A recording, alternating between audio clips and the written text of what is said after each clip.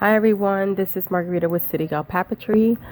This is going to be a full voiceover video because everything that could have gone wrong with this card did and the video, and I felt that I needed to explain the process with full clarity rather than just put the captions. As you can see, it is an urban skyline with the sunset behind it inside of a snow globe. That's actually, excuse me, a shaker card. Sorry, I'm a little bit stuffy. And several things went wrong. My memory card got full towards the middle of making the card, and I stopped recording, so half of the video is actually missing. I tried to substitute that by just taking a bunch of photographs of what I was doing, which you'll see later on in the video. But the final card, I think, turned out pretty well. I'm happy with the result, so I didn't want to exclude it from the videos, and I certainly didn't want to start over. So you can see here I am cutting a circle with this circle die to create the window for the globe. I just run that through the Cuttle machine, the Cuttle bug.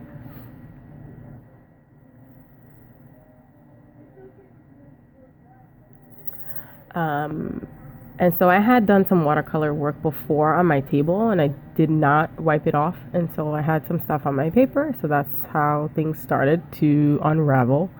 And then so I grab here a piece of recycled acetate just for the window. I could have totally made that, saved more plastic, but either way, I cut out the size that I need. I realize it's a little bit smaller than I would like, but I figure I will just make it work. I go ahead and put adhesive on the back so that I can attach the acetate.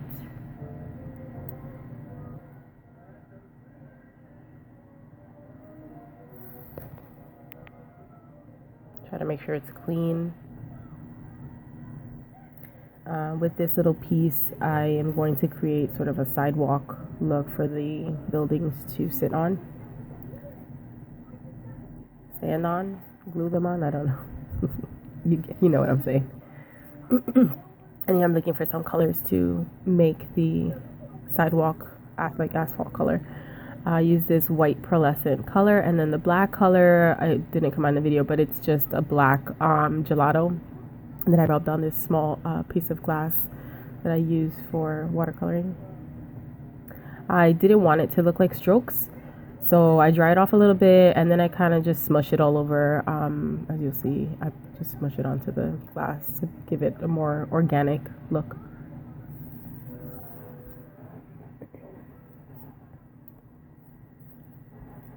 Now I clean off my glass and put it aside.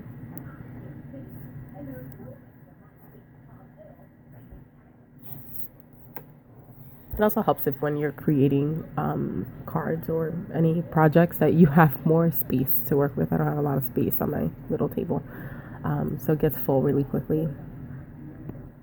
So I'm just measuring, taking a look, see what it looks like. I like it, so I bring out my little buildings that I've created. I drew these like a long time ago and didn't use them, and so this is what I'm going to use as the urban skyline.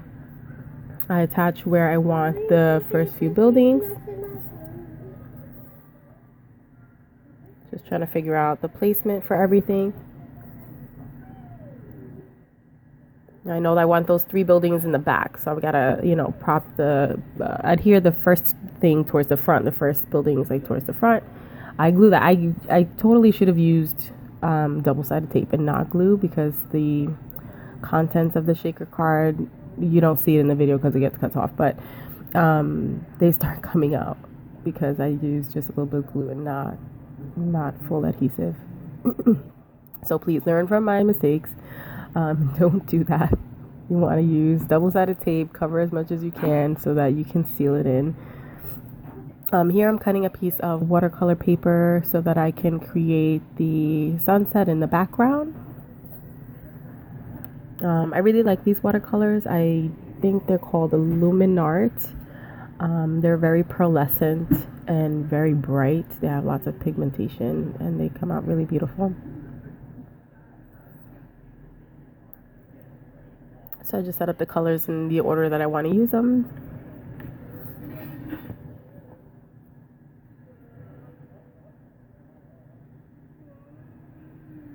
And so next mistake, I start too high. Also, I didn't mark the circle where the window is so that I know exactly like where I should be painting. And so I'm like, I realize here I like have to kind of lower everything a little bit. So I add some more pink and yellow. And sorry if you hear any background noises. My son is home with me today. It's usually why I don't do voiceovers, just because there's gonna always be playing in the background. So to create the look of some clouds, I just drip some water onto the background. I let it sit for a few seconds, and then I just dab it up, and it lightens up the colors you can see. And then I kind of darken the edges a little to give it the appearance of clouds.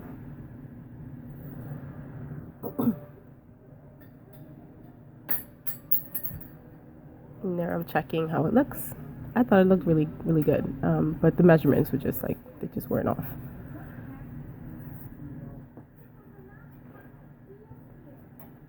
So I try to like measure where exactly I'm gonna flip the paper over. The shaker cards are kind of tricky because once you put the contents in, you can't flip it over because you'll lose all the contents. So you gotta either put the backing right onto the front mat where the window is, or you have to put the contents loose onto your background and then flip your front base onto the background, if that makes sense. So here I'm marking where I want the building to be after I've AKA measured it, or that's not even the right phrase. Anyway, I put it too high. If you can see, the line is like lower for the horizon. It's not that high, and I didn't realize. And so the next building, I follow where that is, and here I'm checking it, but I'm just kind of aligning it to where I think it should be. But I'm not looking at what it looks like from behind, and that's my error. So I double up foam tape. This will allow the contents to move around better. I've used one layer foam tape. It's okay. It's just the contents that you put inside the window doesn't usually move as much because there's just not enough room. So I removed the paper from both sides of the foam tape so that I can be able to manipulate the foam tape better. It moves, and you can kind of shape it to however you want when you take out the paper from both sides.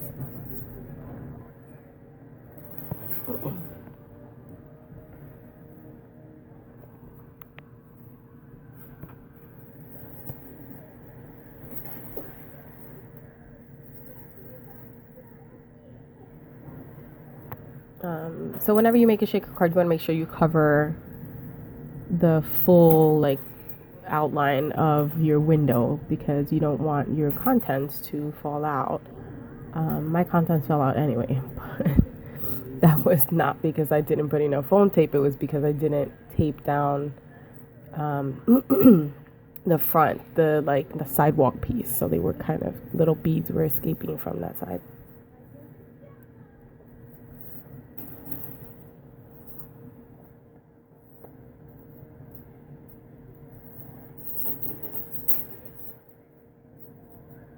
And so you can see my craft table is already like full. There's just stuff everywhere, and I'm already kind of flustered. And excuse me, it was late, so I wasn't really thinking properly.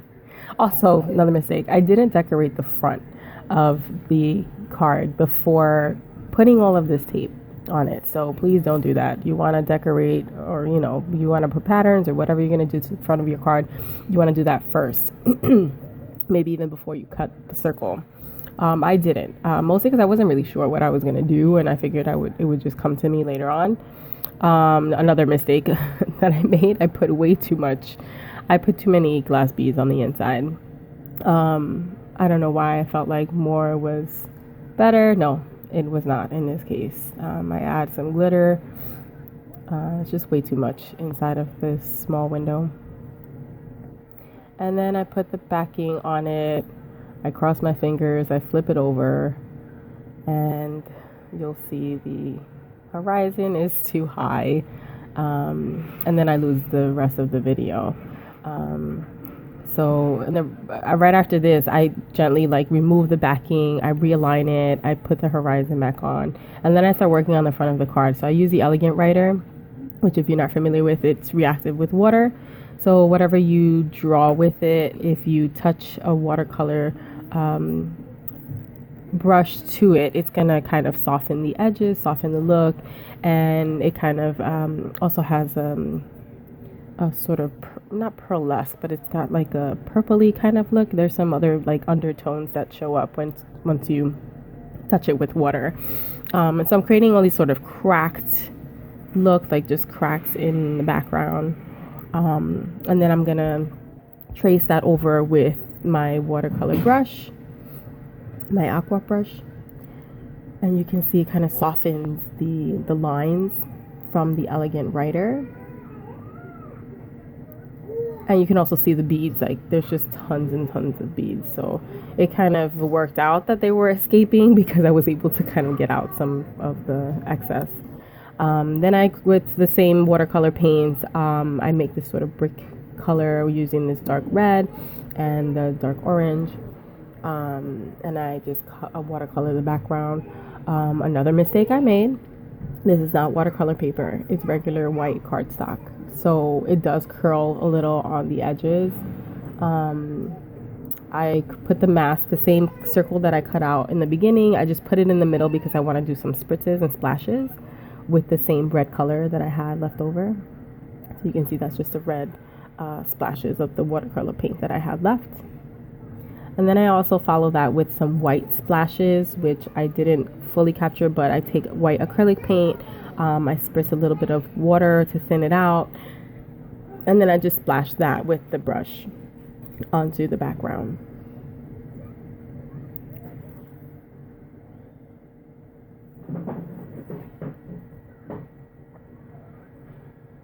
And so with these two dies, I cut out the shapes from this brown paper to create the base of the SnowGlobe. I actually, after I cut them out, I make the impression of this wood grain with this embossing folder, and then I cut them both in half and sort of clean up the edges from the larger die, die cut. And you'll see I just kind of piece them together using that gold strip. Again, I don't have a picture, but with this Inca Gold metallic rub, I just rub the top of, I see, baby, I'll fix it later. I just rub the top of the wood grain so that it gives it some shine. I also die cut the word hello to cover up something that was on the backside of the plastic. Just, I mean, really, like everything that could have gone wrong went wrong. I was going to put a sentiment anyway. I just wasn't sure what or where. And so I went with this just because it covered it nicely.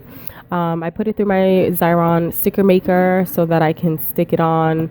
Anyone who uses these sort of intricate like letter die cuts knows that it's kind of hard. It's a pain in the butt to put glue behind them.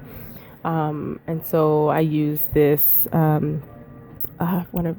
my English is not working, like the stylus to go around the edges so the glue is nice and stuck to the letters only. And then you can see I put the hello right on the top. And you can see the shaker effect and the black ribbon at the bottom, just to kind of ground the whole thing. So the end result was okay, but I made lots of mistakes. So learn from those. I hope you enjoyed this video. Thank you so much for watching. I will be putting all of the supplies in the description below, and there will be more information on the blog. Thank you. Have a good weekend, guys.